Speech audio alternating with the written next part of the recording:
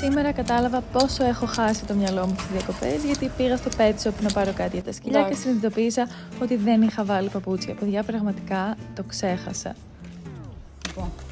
Βιάζομαι να πάω στην παραλία γιατί έχω τα 4 σκυλάκια που με περιμένουν και τους φτιάχνω γρήγορα παγωμένα treats για να έχουν για μετά.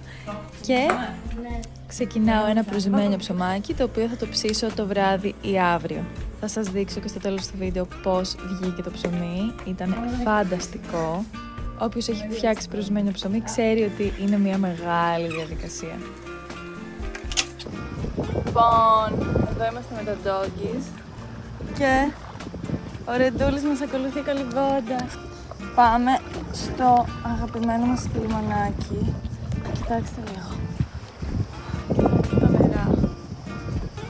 Ο Ρεντ έρχεται. Ο γλυκούλης μου. Πούντε.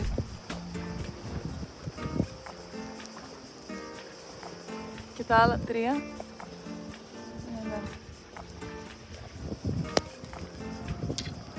Αν πέσω έφυγε και το iPhone. Δεν έχω τσάντα.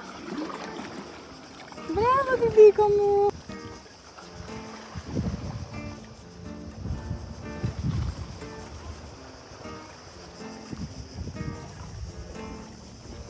Μπράβο!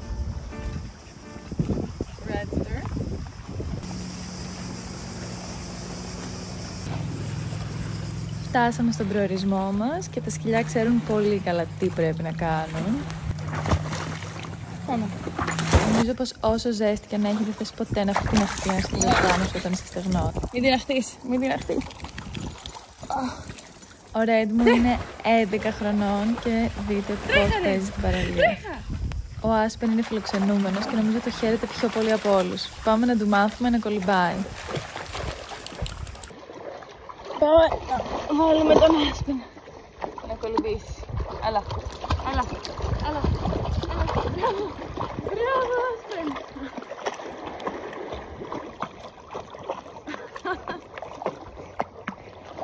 Μπράβο Άσπεν.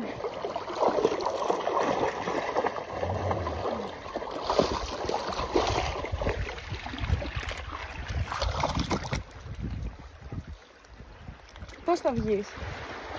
Πρέπει να μπεις για να βγεις.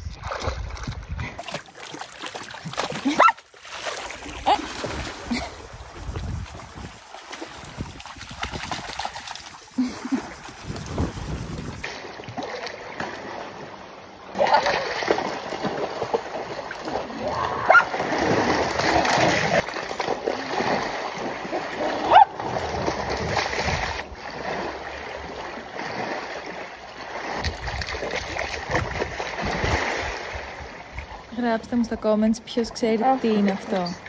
Ο Τσούρο τρελαίνεται να κυνηγάει πέτρες, οπότε αυτό είναι ένα από τα main activities μας στην παραλία.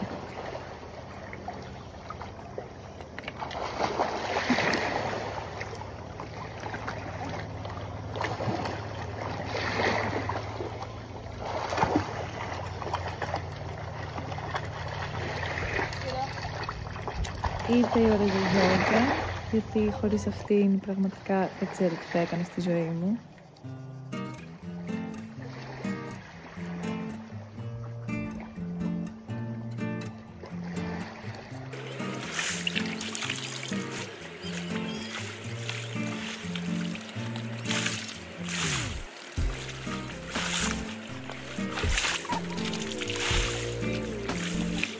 Ακόμα και λίγοι χαιρετισμοί στον ήλιο πραγματικά μπορεί να μου αλλάξουν τη μέρα.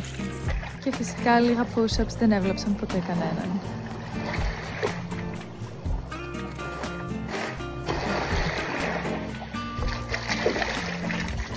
Πέρα από πέτρες, τα σκυλιά μου κυνηγάνε και καβούρια αλλά και ψάρια, οπότε δείτε εδώ το καημένο το καβουράκι που το είδε ο Τσούρο. Ευτυχώς δεν κατάφερε να το πιάσει.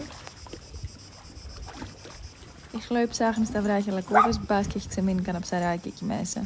Ήρθε το απόγευμα, παίρνουμε το δρόμο του γυρισμού για να πάμε να ψήσουμε το ψωμάκι.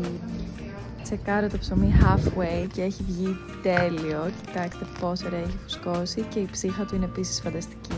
Στη βραδινή βόλτα πήρα μόνο τη Χλόη. Κοιτάξτε εδώ πώς μας όρμηξε αυτό το σκυλί, πραγματικά απαράδεκτο αυτό που έχουν κάνει από πολλές απόψεις. Πήγαμε και αγόρασα μπαντάνες για τα σκυλιά χωρίς κανέναν απολύτως λόγο. Και το βράδυ είχε πανηγύρι. Χορέψαμε σε αυτό το φανταστικό μέρος με τα ερείπια τα φωτισμένα.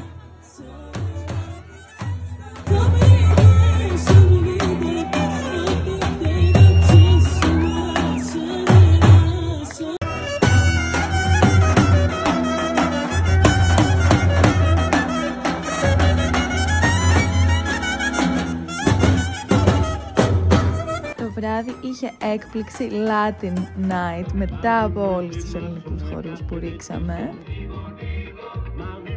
Μαντέψτε σε ποιο νησί γίνανε όλα αυτά.